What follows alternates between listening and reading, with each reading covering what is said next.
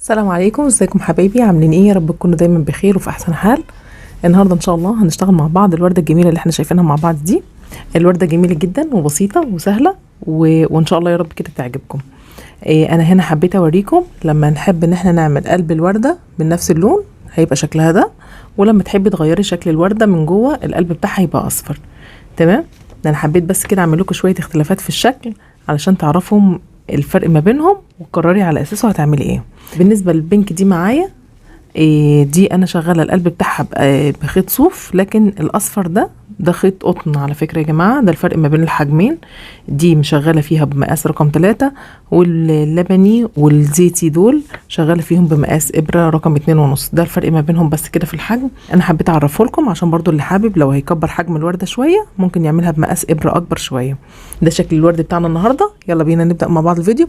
بس استنوا قبل ما نبدا اعرفكم على نفسي. معكم سمر من قناه افكار موري. اتمنى اشتراكك معايا في القناه وتفعيل الجرس عشان يوصلك كل جديد من قناتنا، ويا ريت بقى كده المشاركه مع الاصدقاء والحبايب عشان قناتنا تكبر بيكم.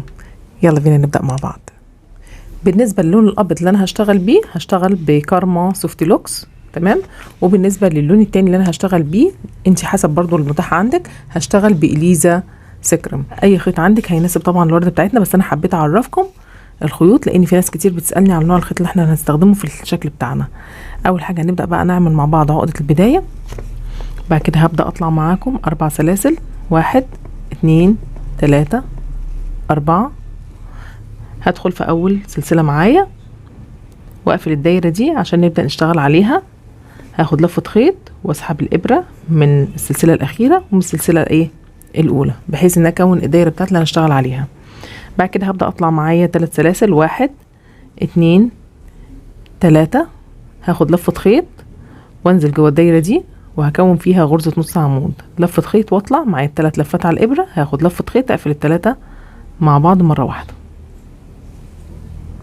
بعد كده سلسلة لفة خيط وادخل تاني جوه الدايرة دي وهكون تاني نص عمود. سلسلة وادخل جوه الدايره واكون غرزه نص عمود. باخد ال3 لفات مع بعض مره واحده بقفلهم. هعمل كام عمود بقى بالشكل ده؟ لازم اكون فيها 6 عمدان. ادي 1 2 3 4. هكملهم 6 كده. 5 سلسله رقم سادس نص عمود. سلسله واقفل بقى مع تاني سلسلة بان انا كونتها في الاول. 1 2 واقفل في التانية عشان السلسلة التالتة بتاعتهم دي الفاصل ما بين كل نص عمود والتاني. هاخد لفة خيط واقفلها بغرزة منزلقة وابدأ بقى الطرف الخيط بتاعي اللي انا بدأت بيه الشغل بتاعي هشده كده بحيث اضيق الدايرة بتاعتي خالص كده ما يبقاش فيها اي فتحات. تمام. خلاص انا كده ما عادش محتاجة طرف الخيط بتاعي. هشده جامد وخلاص واقصه. بعد كده هنبدأ بقى نطلع. انا كده كونت الدايرة بتاعتي اللي هبدأ الشغل عليها. هبدأ اتنقل للفراغ اللي هو بتاع السلاسل اللي احنا اخدينها في النص. في سلسلة احنا كنا اخدينها ما بين كل نص عمود والتاني هدخل فيها ولا اخد لفة خيط من تحت وانقل فيها بغرزة منزلقة. بعد كده هبدأ اطلع ب3 سلاسل. 1 2 3 واخد لفة خيط وادخل جوه السلسلة الفراغ دي واخد لفة خيط من تحت واسحبها كده معايا لفوق عشان هبدأ اكون الغرزة المنتفخة. ادي اول 1 لفة خيط وانزل تاني جوه نفس المكان واخد لفة خيط واطلع. ادي تاني لفة معايا وثبت معايا على الابرة بصبعي اللي فوق ده كده ثابت عليها. لفة خيط وانزل تالت مرة. ادي 3 لفة خيط. 4 لفة خيط. 5 مرة دخلنا فيها. بكده انا خدت 5 لفات على الابره واقوم اخده لفه خيط واقوم سحبه من كل اللفات دي مره واحده وبعد كده اقوم اخده لفه خيط واقفل عليهم كلهم بغرزه سلسله بحيث ان انا كده كونت اول غرزه منتفخه معايا. بعد كده هاخد 3 سلاسل. 1 2 3 وهنزل مش هقفل في نفس المكان بتاعها، لا هدخل في الفراغ اللي بعده.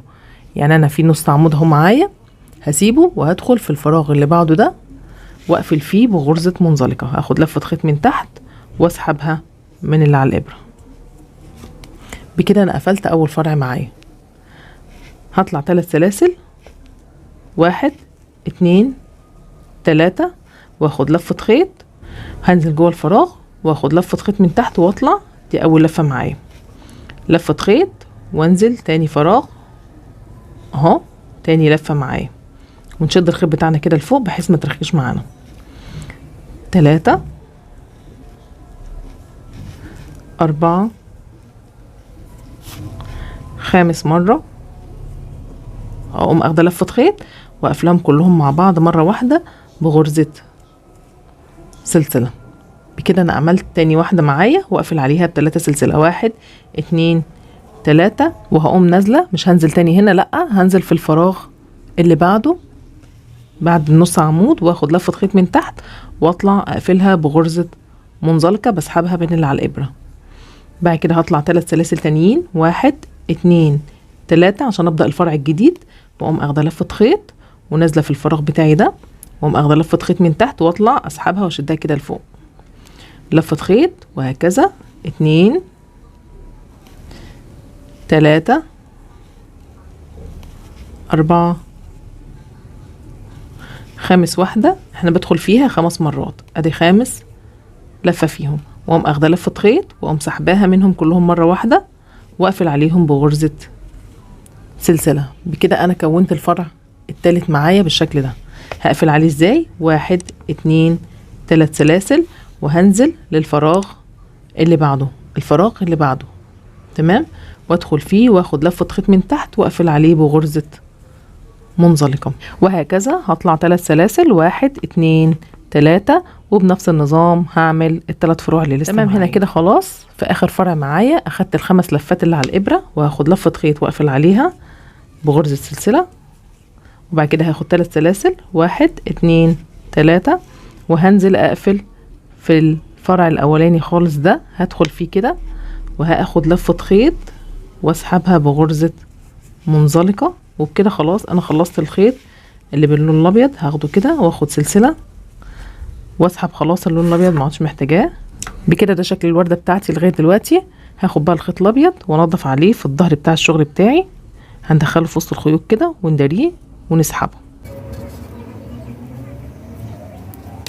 هنبدأ دلوقتي نجيب اي لون احنا عايزين نعمل بيه الوردة بتاعتنا، وهنعمل بيه عقدة البداية، ونجيب الوردة بقى بتاعتنا. وهبدأ ادخل في الفرق اللي ما بين الفرعين كده، في اللي هو الجزء التحت خالص ده بالنسبة لها، تمام. هدخل فيها واخد لفة خيط من تحت واطلع اقفلها من اللي على الابرة، سحبتها من اللي على الابرة، وهبدأ اشد فتلة الخيط بتاعت البداية دي واسحبها لورا كده، وهبدأ اطلع بقى معايا 3 سلاسل، 1 2 3، هبدأ اخد لفة خيط وهاجي بقى على الفرع بتاع الورد بتاعي ده، وهدخل يعني اي مكان عشوائي كده. شايفين الجزئية اللي فوق دي انا اللي هشتغل عليها، هدخل فيها كده فوق خالص ما بين الخيوط، وادخل واكون فيها غرزة نص عمود. معايا 3 لفات على الابرة، هاخد لفة خيط اقفل ال3 مع بعض مرة واحدة، لفة خيط وادخل تاني في النص ما بين الخيوط كده، واخد لفة خيط من تحت واطلع. معايا 3 لفات على الابرة، هاخد لفة خيط واقفل ال3 مع بعض مرة واحدة، لفة خيط وادخل تاني. هحاول كده ايه اوازي المكان بتاعي، بحيث ان انا اهو ما بين كل عمود مثلا والتاني، او كل مجموعة والتانية خطين كده والتانية، هدخل فيها واكون فيها غرزة نص عمود، بحيث ان انا هعمل فوق هنا كده 4 نص عمود، لفة خيط ورابع واحدة معايا اهي، هاخدها لفة خيط من تحت واطلع واقفلها ال3 مع بعض مرة واحدة. ده الشكل هيكون معانا. هنزل بعد كده 3 سلاسل، 1 2 3، واقوم نازلة هنا كده خالص، وهنزل واخد لفة خيط من تحت واقفلها بغرزة منزلقة بسحبها من اللي على الابرة، تمام. بكده خلصت اول فرع. هبدأ اطلع 3 سلاسل تاني، 1 2 3، واخد لفة خيط وهنجهز الفرع الجديد معايا. هدخل كده في البداية في الجزئية دي وهكون فيها غرزة نص عمود، لفة خيط واسيب فتلتين كده وادخل في وسطهم، واقوم اخده عاملة فيها غرزة نص عمود تاني، لفة خيط واقوم اخده ال3 مع بعض، لفة خيط تالت مرة، وادخل واخد من تحت لفة خيط واطلع معايا ال3 لفات، هاخدهم واقفلهم بغرزة نص عمود. رابع مرة ادخل برضو كده في وسط الخيوط بتاعتي واكون رابع مرة معايا بالشكل ده. بكده كونت تاني فرع خلاص. هاخد 3 سلاسل، 1 2 3، واجي في الفراغ اللي تحت ما بين كل فرع والتاني، الفراغات اللي احنا كنا عاملينها السلاسل في البداية دي، واخد لفة خيط من تحت واسحبها من اللي على الابرة بغرزة منزلقة، وابدأ اطلع الفرع الجديد 1 2 3، وابدأ اخد نفس الخطوة بالشكل ده كده، شكل الوردة بتاعتنا. هكمل بنفس النظام ده، كل فرع يقابلني برضو هدخل فيه 4 مرات غرزة نص عمود. كده انا خلصت كل الفروع بتاعتي، مشيت عليها بنفس الخطوات. اخر حاجة بقى هاخد 3 سلاسل، 1 2 3 عشان اقفل اخر فرع معايا. هنزل مع اول فرع في الاول خالص كده، واخد لفة خيط من تحت واقفلها بغرزة منزلقة معايا، وعشان اقفل الشغل بتاعي بقوم اخده سلسلة. تمام، وخلاص كده اللون الاورنج كده خلاص. هاخد بقى اللون الاورنج من ورا كده وانضف على الشغل بتاعي. هدخل الاورنج في الاورنج بحيث ان انا ما اخليش ظهر الورده بتاعتي الالوان داخله في بعضها، عشان اخلي الشغل بتاعي نضيف من ورا. هاخد اللون الاورنج كده وادخله في بعضه بحيث ان انا انضف على ظهر الشغل بتاعنا. نشد الفرع كده بحيث ان احنا نبين الغرزه المنتفخه معانا بالشكل ده. ده كده شكل الوردة بتاعتنا اهي. هنبدأ نعمل ايه بقى دلوقتي؟ عايزين نعمل القلب بتاع الوردة بتاعتي. هبدأ اجيب القلب بتاعي بقى، هعمله باللون الاصفر كده. هعمل عقدة البداية عادي خالص واسحبها. عقدة البداية اللي في الاول دي مش هنشدها جامد، هسيبها مرخية شوية، وهبدأ اخد سلاسلي 1 2 3 4 5، واقوم اخده لفة خيط. تمام، واقوم نازلة الاول سلسلة انا عملتها دي اللي هي العقدة اللي في الاول، واقوم اخده لفة خيط من تحت وطالعة، وهكون غرزة منتفخة في المكان ده. 1 2، هشد الخيط بتاعي كده عشان ما يرخيش معايا لتحت، لفة خيط 3، لفة خيط 4، لفة خيط 5، واقوم اخده لفة خيط وقافلهم كلهم مرة واحدة مع بعض، واقفل عليهم بغرزة سلسلة. تمام، واسيب مسافة كده من الخيط ونقص بالشكل ده زي ما احنا شايفينها كده بالشكل ده. وهبدأ اثبتها على الوردة بتاعتي في النص هنا كده.